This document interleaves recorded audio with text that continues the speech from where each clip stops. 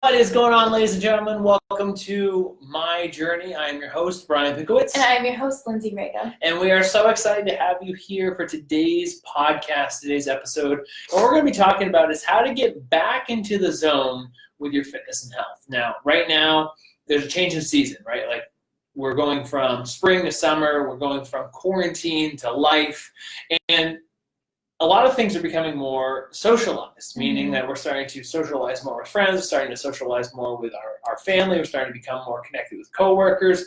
Things are changing, and if you're someone who is trying to get in that zone of health and you're struggling, or if you're someone who's been trying to do it and trying to do it and trying to do it, but you just haven't found the way, then that's what we're going to talk about today. Give you some simple steps you can utilize in your journey in order to really start to live more of the lifestyle that you want.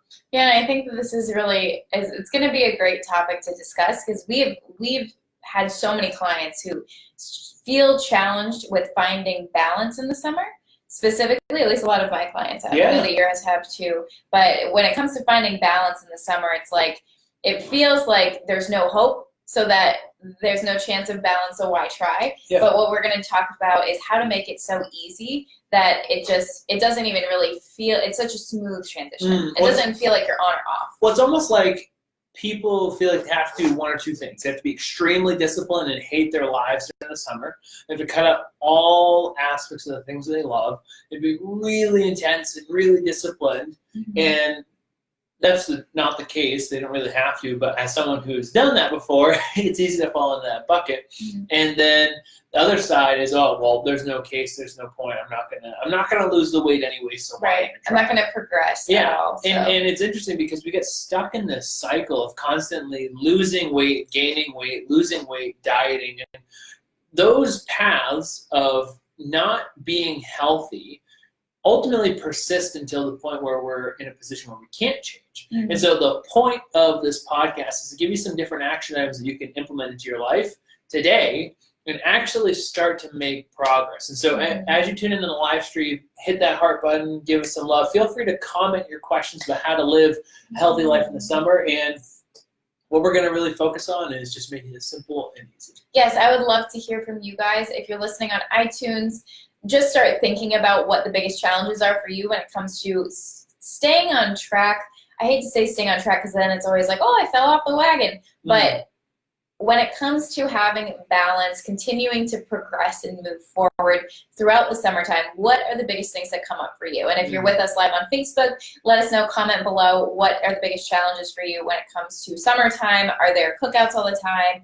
Are you just never home so you can't cook? Like, what are the things scheduling. I don't have the time. It's like there's so many different pieces. Yes, all right, family activities, things like that. So well, it's so fascinating, and this is more of an aside before we dive into the podcast. A lot of times people feel like they have to do so much. And it's interesting because as fitness and health coaches, we really aspire to promote discipline. Like I consider myself a highly disciplined person. I have no problem waking up at 4 in the morning, getting after it. We'll work all day long. We'll crush it. I'll still crush my miles. Like everything comes through discipline. But discipline is a staircase, and you have to really start from where you're at and build that momentum. And one of the things I was talking about with you recently was there's so much pressure to change. We put all this pressure on ourselves, and pressure is good in some sense because pressure, it's like a diamond. A diamond is the result of coal being under pressure and pressure and pressure and pressure, and then it becomes a diamond. And that's great. So we want to have pressure on ourselves, but we don't want to put so much pressure on ourselves to be perfect that we can't actually move forward.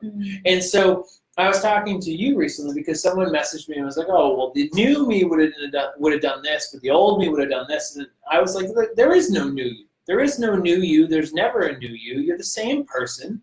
You're just making different choices. You're making different decisions. And the reason why that's so empowering is because then you remove some of the pressure of feeling like you have to change yourself. It's like, oh, well, I have to go through this massive metamorphosis and become a totally different person. It's like, Yeah, obviously in the context of some places, like, yeah, your decisions are going to change, your behavior is going to change, your personality is going to change, like all these different things are going to change. And yeah, you will feel like a new you, but you're still that same being. You still have the same soul, quite frankly.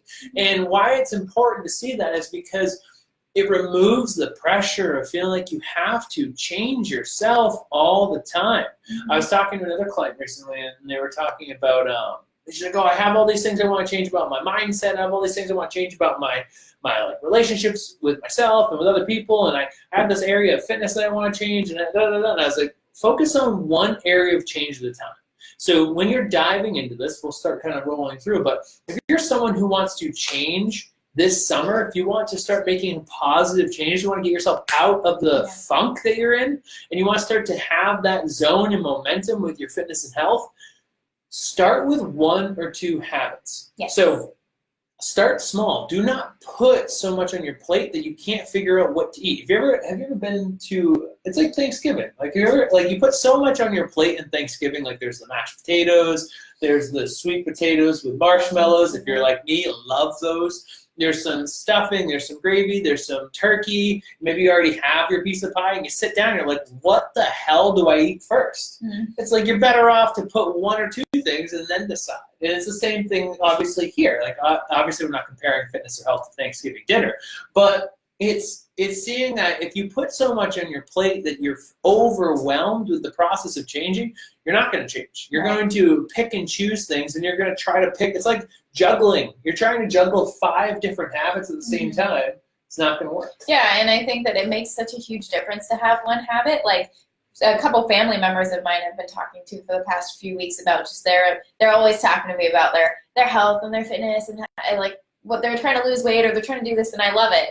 But the key things that we always come to, like no matter what family member it is, it's always like, oh, well, what have you started to do? It's like, oh, well, I'm trying to go for a walk daily, because they know me by now. That's what I always say. It's like, go for a walk daily. Great. How much weight have you lost? 12 pounds? Amazing. From just going for walks and being a little bit more mindful with food, like changing 1 meal a day. Like it's like making such small changes is a great way to give yourself that like forward momentum, because that's all you need. It's not like you need a hit of like the most intense excitement and motivation in order to do anything. Like you can start building in 1 habit at a time, and that makes huge progress in and of itself with everything else that like we have in mind to give you guys for today. Yeah. I think that's like the perfect place to start, no matter where you're at. One thing that I was articulating before this is like, if you look at it, we have different lanes in our life. So we have like our relationships, we have our career, we have our health, we have our fitness, we have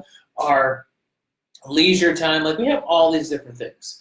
And what we do is we try to put all our attention in 1 lane. Like, oh, I'm going to be only focused on health. But then what happens is our actions don't actually equate to that. So we're like, oh, I'm trying to be all healthy, but I have to go to a birthday party. Oh, but birthday parties mean cake, which means I can't be healthy. And we don't take the time to build 1 habit here that is streamlined. Like, right, we try to like compile all our attention into 1 lane. And what it's really about sometimes is having that 1 habit that keeps you in that lane. It's like you can have 1 foot in here and 1 foot in there, rather than feeling like we have to jump each lane. Like you can have your attention and have your discipline and intention set on, hey, I went for a walk today. I've made the conscious decision to put myself in the lane of health. I've made the conscious decision to put myself in the lane of moving my body.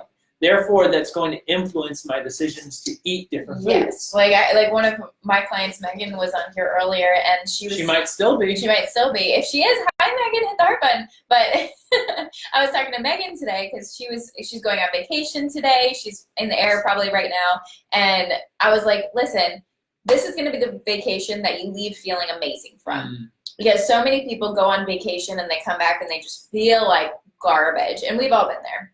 Like I like where you go on vacation, you drink the whole time, you eat whatever. Or you get food poisoning in Jamaica. Gross, Brian. But it's like, I was telling her, to be able to come back from vacation feeling amazing, you just need to make sure that you stay in your lane, your health lane, every day. So the way that what Brian's saying too, and combined with this thought, is all she needs to do is wake up and meditate for 3 minutes. That's like just one thing that helps keep her steady, and move her body, whether that's a 10-minute walk, an hour-long workout, 2-hour workout, whatever, run. Like, she just needs to move. If she does those 2 things, her mind stays focused no matter what is happening or what's available. Question for you. Question for me. What is one of your habits that keeps you? So like Lindsay and I, we work remotely. We've traveled across the country multiple times and still been working with clients. We've moved across the country twice. But a lot of times we're still actively working while we're doing those things. And there's some habits that we keep, whether we're in like a hotel or an Airbnb in New Hampshire or traveling across this country to go to Texas from Los Angeles. Grand country. What would you say is a habit that you have that no matter what you lean into? I always lean into. There's so many. At this point, I said pick one. I know. At this point, they've compiled. The most impactful habit I have is writing. I think that it's the one thing that if I do it, I feel so aligned, or so much more aligned and organized, that I feel like I can handle whatever kind of comes at me. But if I don't do that, at least like writing in my phone, then I'm like, what am I doing today? And I just feel like that, like I don't know, like I'm sputtering out is how I feel if I don't like write down what the day is for me, and then everything else compiles on top of that. What is your most impactful? I was hoping you would ask. No. What? I was hoping you would. I know. I would say that it's twofold. There's a few different habits that I would say there's 2 habits that I've started to really build, but the one habit that changed my life is meditation.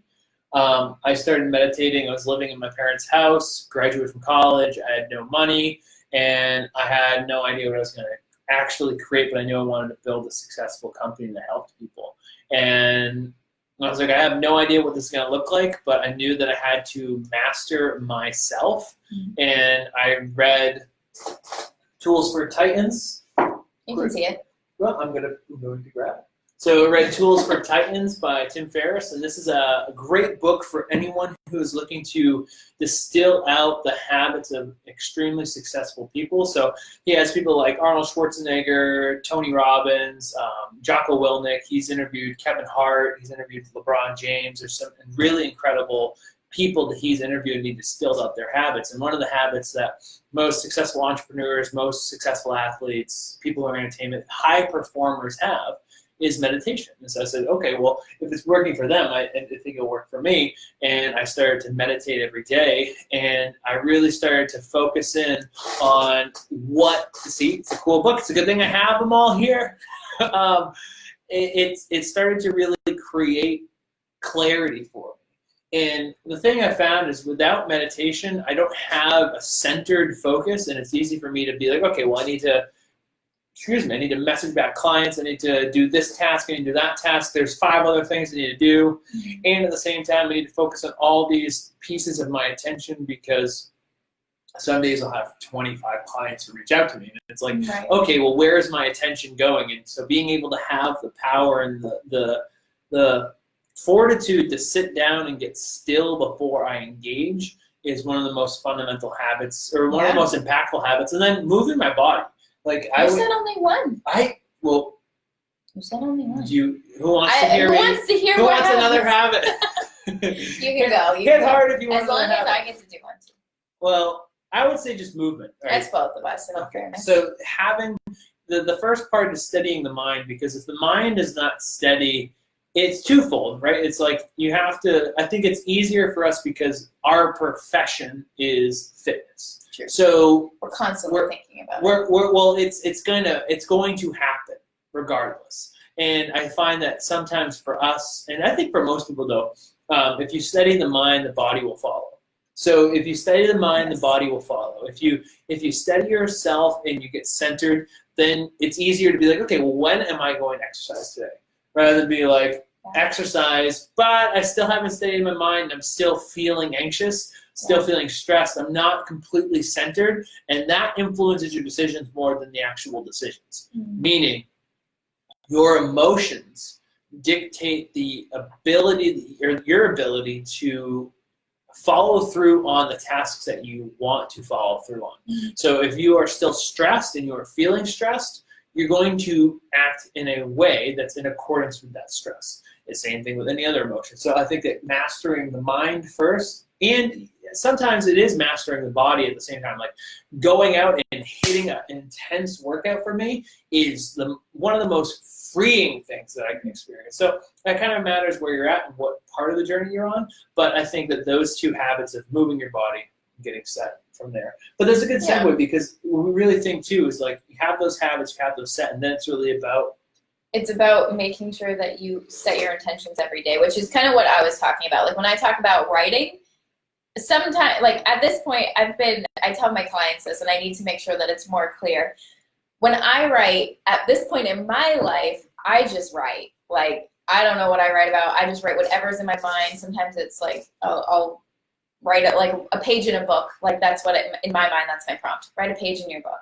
But for everyone who's just starting to get aligned, like this concept of like centering your mind or to like calm your mind before your day, still your mind. If that's all new to you, when I say write, or we say write, it's setting your intentions for the day. And setting your intentions for the day is very simply what is going to make today a really great day for you? What is going to make you feel like you got to the end of the day and it was a 10 out of 10? Like we have clients, when they first come in and work with us, we ask them in a pre-start survey, how fruitful or unproductive do you feel like your days are? And most people say that their days feel very unfruitful and unsatisfying. Yeah. And that is mostly due to the fact that they don't set up what is going to make the day a win. Yeah. Because there's no intention there. It's just like you roll through the day and then by the end of the day, you're like, today was kind of awful. Like, and there's never a checkpoint. Well, one important point there too is intention can be something that gets you lit up. Right? Like you don't always have, like I think it's not a to-do list. Well, it's like people like see meditation and like, oh, like I'm going to be like meditating. I'm going to be centered and calm. And it's like I meditate to some of my favorite hard rock songs. Like I'll put on songs that as a former athlete, like I used to be a pitcher and I would be in the zone and it was really intense. And I had 3 songs that I would consistently listen to before I took the mound. And now if I want to get back into that feeling of like power and strength and confidence, and I want to set that intention, I'll put one of those songs on and sit there and just zone in, almost as if I was getting ready to take the mound. And so when you're talking about what you want to create for yourself and your intention can be to feel powerful. Your intention can be to crush the day. Yep. Your intention can be to go through the day with focus and energy or joy and confidence or peace. Like you get to set the intention, and that's the beautiful thing. It's like you get to decide what you want to pull into your life. And it's seeing that all the experiences that you want are on the other side of your intention. So if you're sitting here and you're saying, okay, well, I'm going to start the day and it's going to be all right. And yeah, I know I'm going to push myself. You're not really creating something for your reality. Mm-hmm. And if you decide from this point in your morning, let's say 6 a.m., 4 a.m., I choose 4 a.m. But if you sit there and you say, okay, what is today for? Yes. And you visualize just in a minute, right? Just set a minute. If you just sitting and being like, what do I want to feel, experience, and be today? Then you can go and start to create it. And then what it does is it acts as a North Star. Because then you can realize like, oh, I'm not doing the things that I set out to do today, and that's okay. I'm going to start doing that right now. And we've done that so many times. Yeah, the amount of times I've failed on, like, I fail every single day on doing something. Mm-hmm. It just does. It happens over and over again. That's and some failures are like I wanted to do, like yesterday, I had a bunch of things I wanted to get done, and I missed one of those targets out of the 10 that were there. That's frustrating, but that's also reality. And so I'm not going to sit there and kick myself. I'm going to say, okay, well, that's the first priority tomorrow. I'm going to make sure that gets done. And then you get to actually decide on how you're going to change the direction of the ship, because not everything's perfect. Yeah, and when it comes to like why we're bringing this up for summertime is that usually summertime is when you like get up and run out the door because it's bright outside. It's not, no intention. It's fun. It's like whatever. Even my clients who are like crushing it as entrepreneurs, they still would have the temptation to just get up, go to work, like go to the lake or whatever they're doing, right? So it's like in the summertime specifically when it's bright out right when you wake up, it's so important to sit your butt down, ask yourself what today is for, and then I say write it, because you can, especially if this is new for you, if you just think about it, like, it's gone. And I can't read the comments from here. Dan's, we have a bunch of, Dana said that it sounds like a cool book. Dana, I think you'll love it. Ian Hagen said that it is a great book. Everyone's commenting on the book. And then Dana said that's me, and so it's about, I think, more about the intention. And then Dan said that the greatest, or the best thing that I taught him was to not stay bummed out if you fail. Yes, yes. So when it comes to that, those intentions, it's like, intention is what Brian said. What do I want to experience today? What is my North Star today? Is it peace, joy, calm? Like, what do I want to feel today? But at the same time, it's also like, what are those few big targets that if you hit them, you're going to be like, boom, I crushed it today. Like for us and our team, like our Fitness Project team, our employees and us, we always write our intentions for the day. And it's usually like a list of like 5 to 7 things that we're like, it's not just a laundry list. Like, I need to go to the grocery store. I need to do this.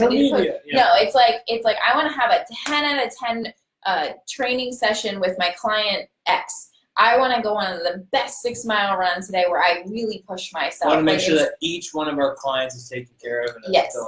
And it's like, by setting up those specific intentions that are a little deeper than like, I want to go to the grocery store and like do laundry today. It's like, I want to have an organized, beautiful space in my house today. Like, that's completely different than I'm going to do laundry today. That's on my checklist, right? So setting intention is creating excitement around your day.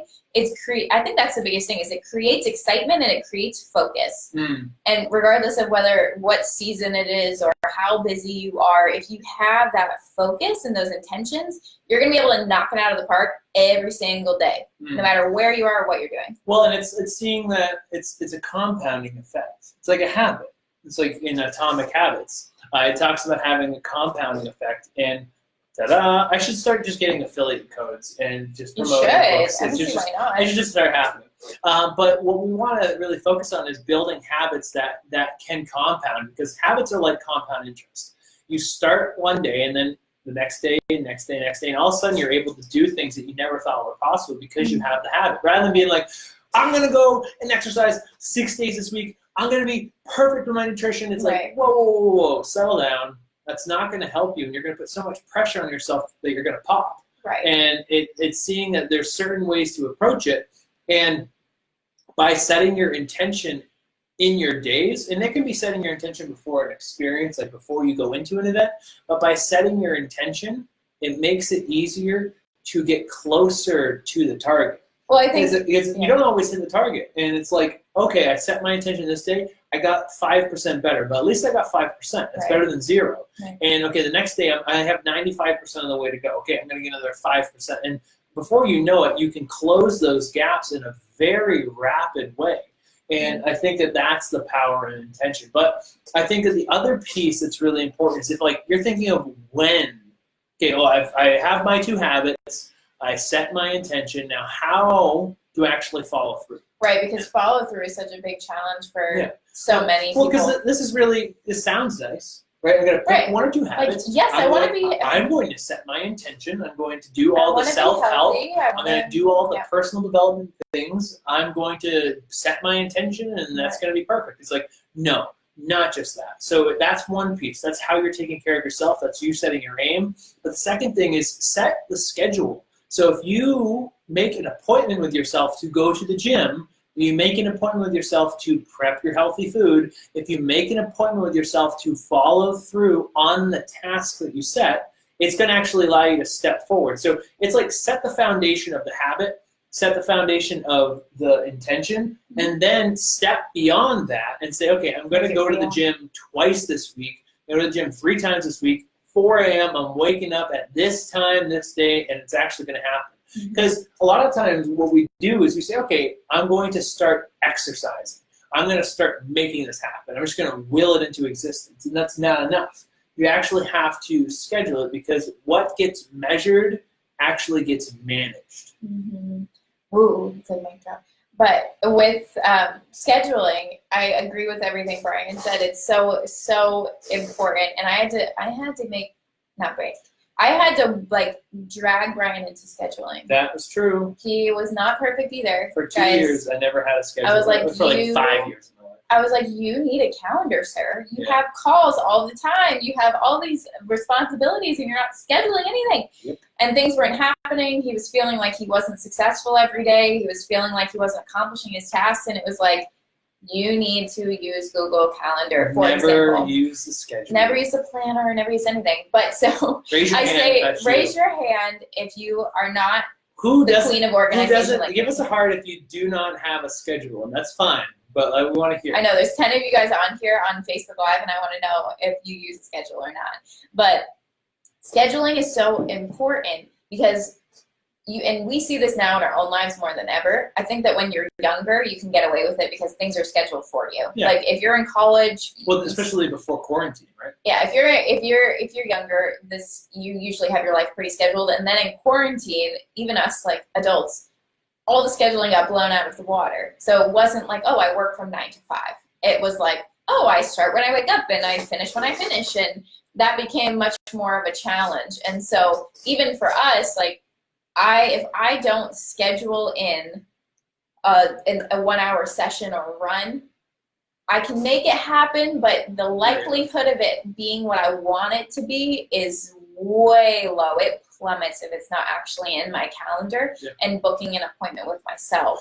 So there was another point I had, but I can't remember it. Well, I think the important thing is that if you haven't started with your schedule, then schedule 1 or 2 things. Do not feel like you have to schedule everything. Do not create a prison for yourself. Mm-hmm. One of the things that helped me was Jordan Peterson talks about scheduling and creating a calendar and using Google Calendar. And what he says is it's not a prison.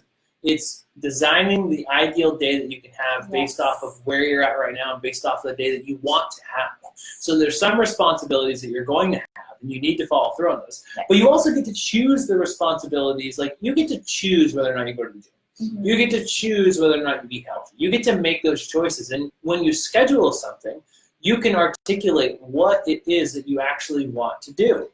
Yes. And so you can lean into that in a smaller way without feeling like you have to set the whole week, the whole day, because then that becomes daunting to try to overhaul. Yeah, and I think that we're going to do an entire podcast about scheduling and time management because even the most successful people we know struggle to get everything into their day because they have so many things on their plate. And that's completely understandable.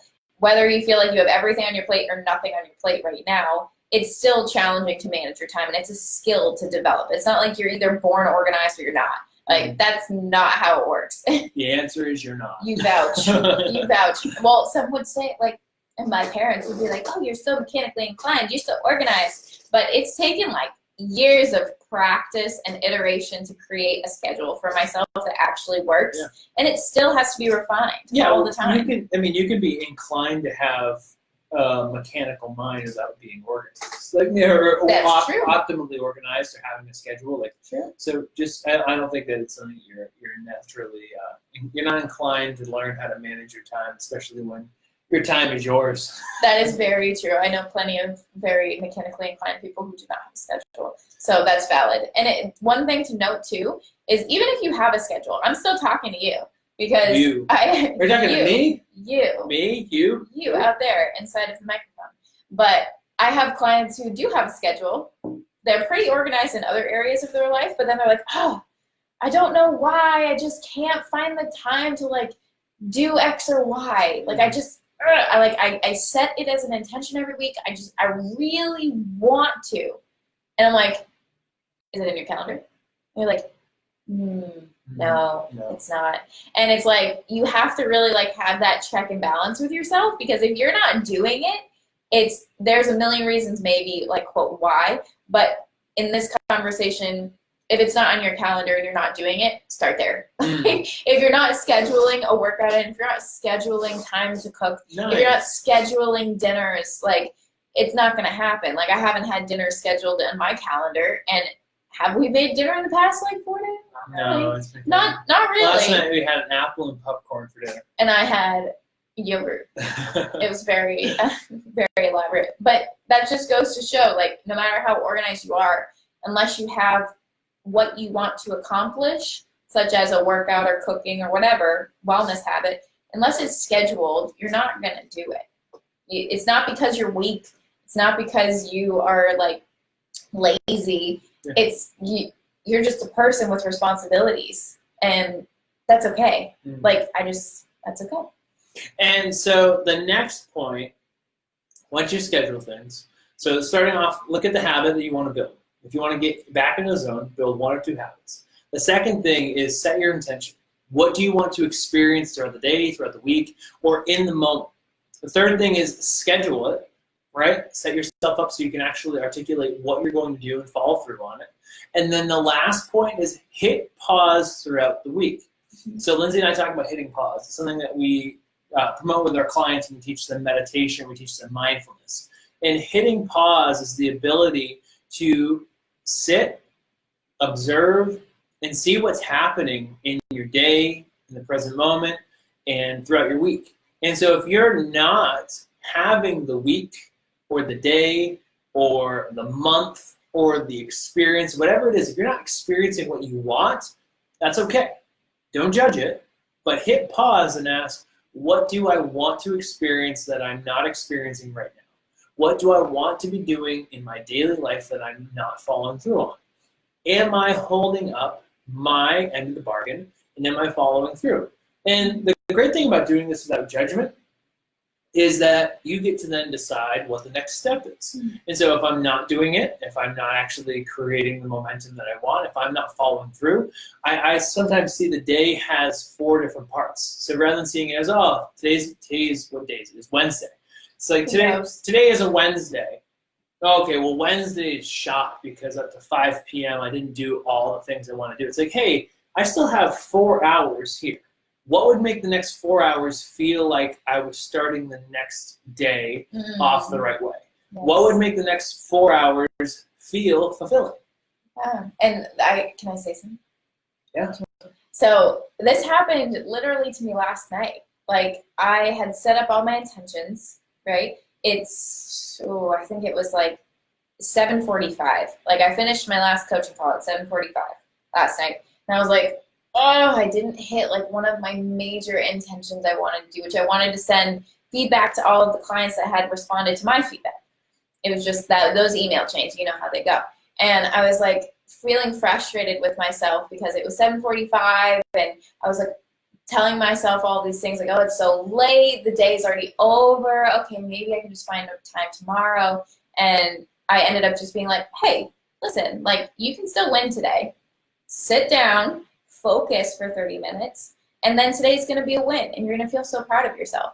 And by having that pause to be like, wait, what is going on in my head? Is that even true? Can I do this?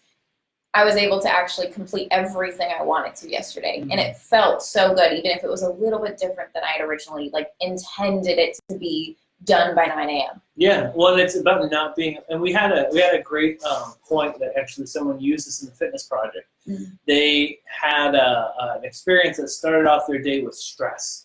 They were stressed, and they were allowing that to dictate their emotions throughout the whole day.